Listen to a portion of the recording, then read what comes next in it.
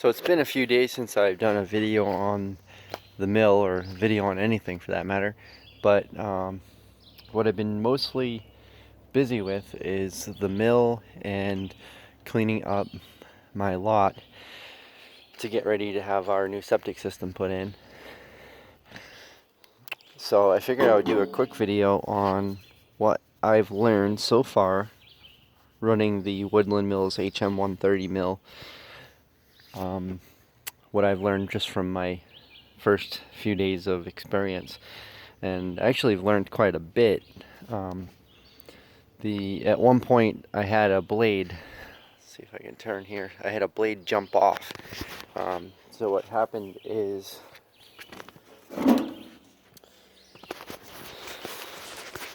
see if you can actually see this here. Hello. So in the back, I don't know if you can see it in the light, but you can see where the blade actually jumped off and hit the metal back. So what happened was,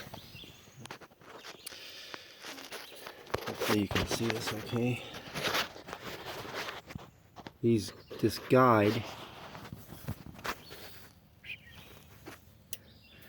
there's these guide blocks inside here. They weren't adjusted properly, so the blade was moving around.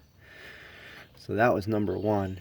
Number two, there's a bearing back behind here, and that bearing needs to be just about a paper thickness distance from the back of the blade. So when you're pushing on the blade, especially as it's dulling, it has something to keep it where it is rather than being pushed back, which, if you can imagine, being pushed back is also going to push it back off of this wheel, and that's bad. The blade came off the wheel and dove into the back of the wheel. Didn't hurt the wheel, but destroyed the blade, which is fine because I expect I'm going to lose some blades over time, and it's going to be a learning experience at first. So making sure your guide blocks are adjusted properly, your tension is set properly on your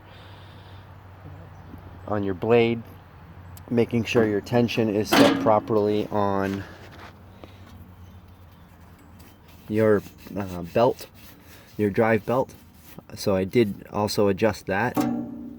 So there was a little bit more play in this belt, so I adjusted the belt to tighten it up a bit. So I think that helps a lot.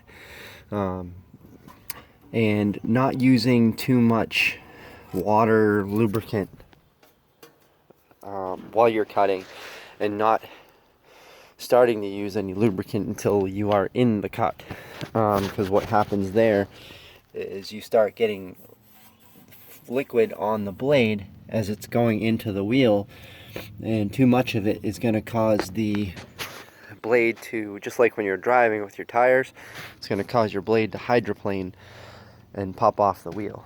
So those are some things I've learned just in the first few days, and compensated and made some adjustments for, and I'll show you what the outcome was in the actual cut. So here's some logs that I had cut prior to those adjustments, and I don't know if you can tell, but there's a bow in these. If I pushed them together, you would see that they won't line up flat. So the blade was slowly kind of diving down and up, and it was off maybe by half an inch or so, 3/4 of an inch, which is enough that you're not going to get straight lumber, and that's not what you want, especially when you spend a lot of money on one of these mills and put the time and effort into it. So I made all these adjustments, and as I did, I made some cuts and measured the different distance from end to end, and I ended up with these really, really nice straight boards. They're about 1/16 to maybe a 32nd of an inch difference from one end to the other, which is as good as I expect. I'm perfectly happy with that. With the drying process and the shrinkage of the lumber and the final finishing work that's done to the rough lumber when it's being worked is going to pretty much remove any of that anyway. So that's pretty darn good. I'm really happy with that. So I just wanted to share that with you, and I think that's pretty much about it. I've also since got a torque wrench that will help me properly adjust the tension on the blade. It recommends 25 foot-pounds from some people in some groups I'm in on Facebook. Has given me some information to give it a little extra tension to help keep the blade straight, which is, another adjustment and thing that I did to help. And I adjusted that to about 30 foot-pounds, and that seems to make a difference. So yeah, so that's my update for now.